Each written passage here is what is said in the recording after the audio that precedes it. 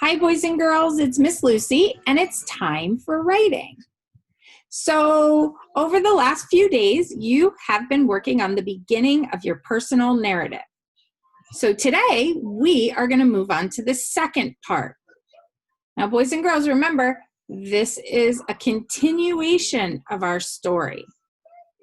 So, I want to show you what the middle looks like. So we started reading our book, Scribble and Author by Mary Lesham Pelley. I am going to reread what we've already read, and then I'm going to continue on so you can see what the middle looks like. Let's get started. Scribble and Author by Mary Lesham Pelley. A color spot, some pencil lines, and here you are. Scribble. Hi, who are you? Hello, Scribble. I'm the author, and I'm here to help you create your journey. Let's start at the beginning. The beginning of the story. Wow, author, you've created a beautiful beginning. Where do I go next? Well, it's your journey, so it's up to you. What would you like to do? I'd like to make a new friend. Okay, do you see the gate to the middle of the story? I believe it may lead to your wish. So boys and girls, this is where we stopped last time. And as you can see in the picture, that Scribble is making his way toward the middle of the story. So let's see what happens. The middle of the story. What's that? I'm going back to the beginning. I'm drawing a challenge, Scribble. Why did you go back to the beginning? Every journey has challenges. That's not a challenge. It's a monster. I know it looks scary, but you can overcome it. So boys and girls, this is telling us that the middle isn't always easy to do. But if we put our mind to it, take our time, and carefully think about it and make a plan, then we can continue on through the middle and we can overcome it. Look, Scribble, do you have an idea? Looks like Scribble's ready to go through the middle of the story. Way to go! Now let's go and find your new friend. So boys and girls, there was a part that Scribble didn't like. So what is he doing? Yes, he's erasing it, right? Everything isn't perfect the first time we do things. And it's okay to revise or redo or make changes. Where's my friend? Why is it called the River of Questions? How will I cross the river? Can someone help me cross it? Is this river dangerous? Author, what should I do? Scribble, you have so many questions, but you have answers too. You can do it. Author, can I borrow this page? Thanks. Always keep in mind, boys and girls, that you can do it. Even when it's hard, you can do it. Look at Scribble. He had an idea, right? Getting across the river was a challenge too, but his idea came to him and he tried something. Looks like he tried a few times and then he made a boat to get him across the river. Hooray! I crossed the river. Now where is my friend? Well done, Scribble. Let's move on with your journey and find out. The Mountain of Challenge. So boys and girls, keep this in mind when you're writing the middle of this story. We don't just overcome one thing and then there's no more to do. We have to keep going. We want to find 3 events in our story. Are you sure, Scribble? This mountain is impossible.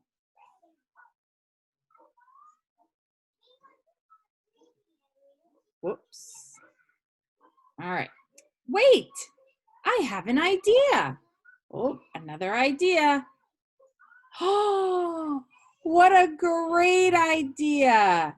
So he is putting on his wings from the pencil shavings, right? And it looks like he's flying up to the mountain. Woohoo! I'm on top of the world. Nothing can scare me anymore. But where's my friend? Maybe on the other side of the mountain. The Slope of Fears, that's a funny name. Do you see what's coming behind him? Another challenge. Ah! Phew!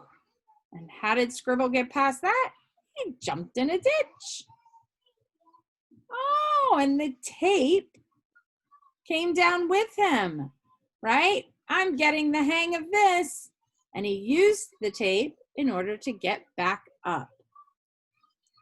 Author, I can't go any farther. I'm too tired. But look, you've reached the ending. It's the best place you can imagine. So boys and girls, he's now to the ending of his book, but it's not quite done yet. So we're stopping our book here because we're going to work on the middle. And then when we return to the story next week, we will look at the ending. But for now, let's become authors at work and let's get our thinking caps on and think about how we can write the middle. So let's remind ourselves what a personal narrative writing is.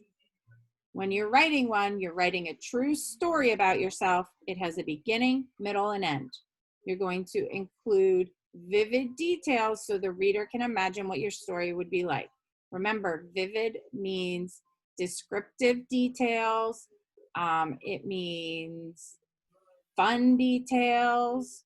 You want to keep your reader going. You want your reader to keep wanting to read, so you want to tell your reader about specific things that when the reader reads, they can envision that moment in their head. So today's assignment, we are working on the middle. So we are working on details to explain or tell more about our introduction. So they're going to tell exactly what happened. You're using time order words and adjectives to describe. So what are those, right? We've talked about them. So adjectives are words that tell about a person, place, or thing. So they describe a noun. So a funny clown, an elementary school, a gray mouse, right? Those words in front, the first words are the descriptive words, the adjectives. So it's adding some detail to your word and your story. Our time order words are those words we use first, next, then, now, finally. Now, do you have to use them all? No, you don't have to use them all. These are just ideas for you to use. So when we're telling a story, we want to be able to tell our reader what happens first, then what happens, and finally what happens. So you can use those words to help you stay in order because your story wants to go in order of how it happened, right? We wouldn't want to start the story with us coming home from a trip, right? We'd want to start the story with us going on the trip. So when we work on the middle, okay, we're going to need this paper. It's the same paper you've been using. And remember that on the other side, there are more lines if you find you're writing a whole bunch of stuff. So again, it's like a puzzle piece. So we've already done our beginning. So now our middle is going to fit in right with it. And our middle words are words like next, later, then, after, finally. All right, so for your middle part of your story, you want to be thinking about 3 events that have happened. So you want to make sure that you are writing about 3 different times in your story or different parts of your event. So you're giving details about what happened, right? So if you look at this picture, it looks like she went first to the strawberry park. So she would write first about going to the strawberry park. Then the next part, it looks like she was picking strawberries.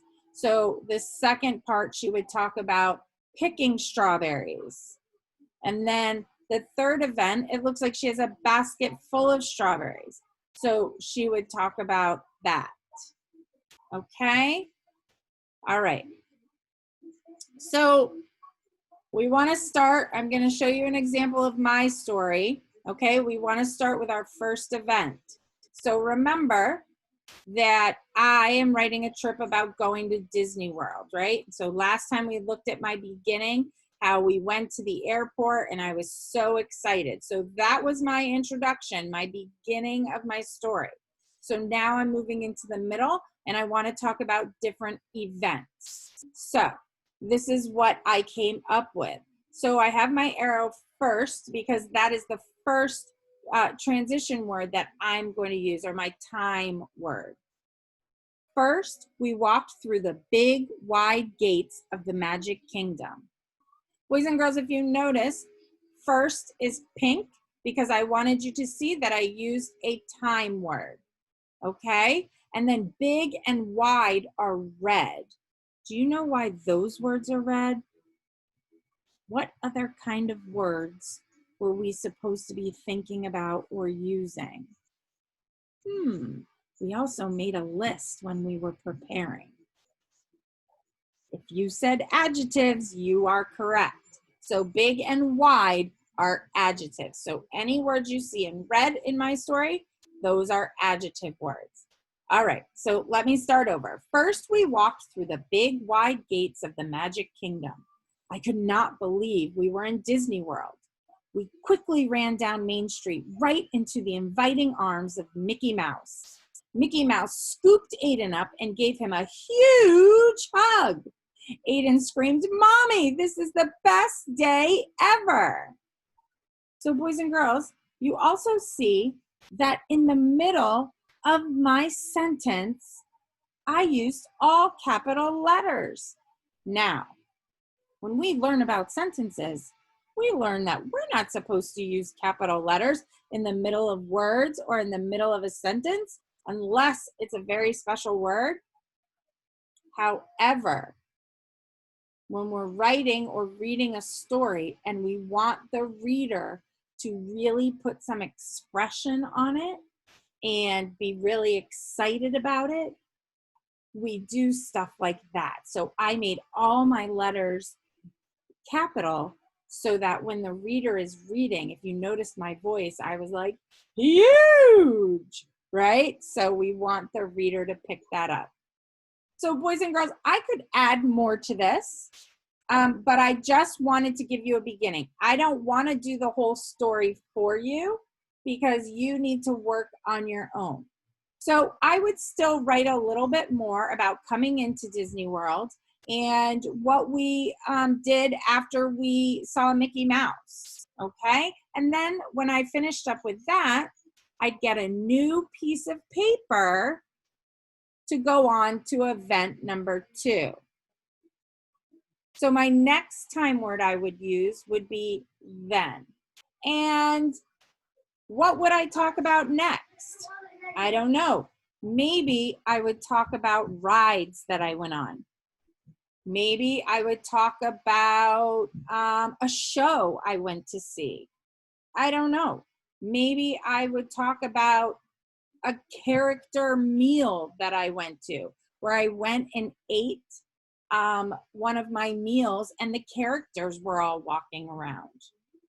When I'm done with event number 2, I'm going to get my next piece of new paper and I'm going to write my third event. And I'm going to start that one with after that. And again, I could pick one of those ideas that I already thought of.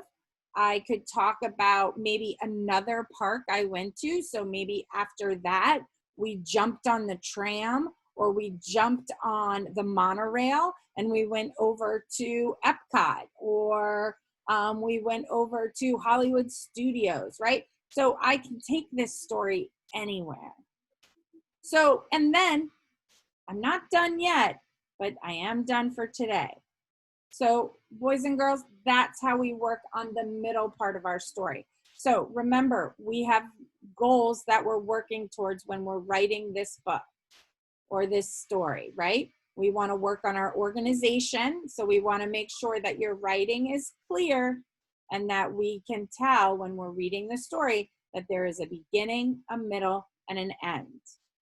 You want to make sure the inside, the content of your story makes sense, okay? And that it has many details that help the reader imagine what you're describing.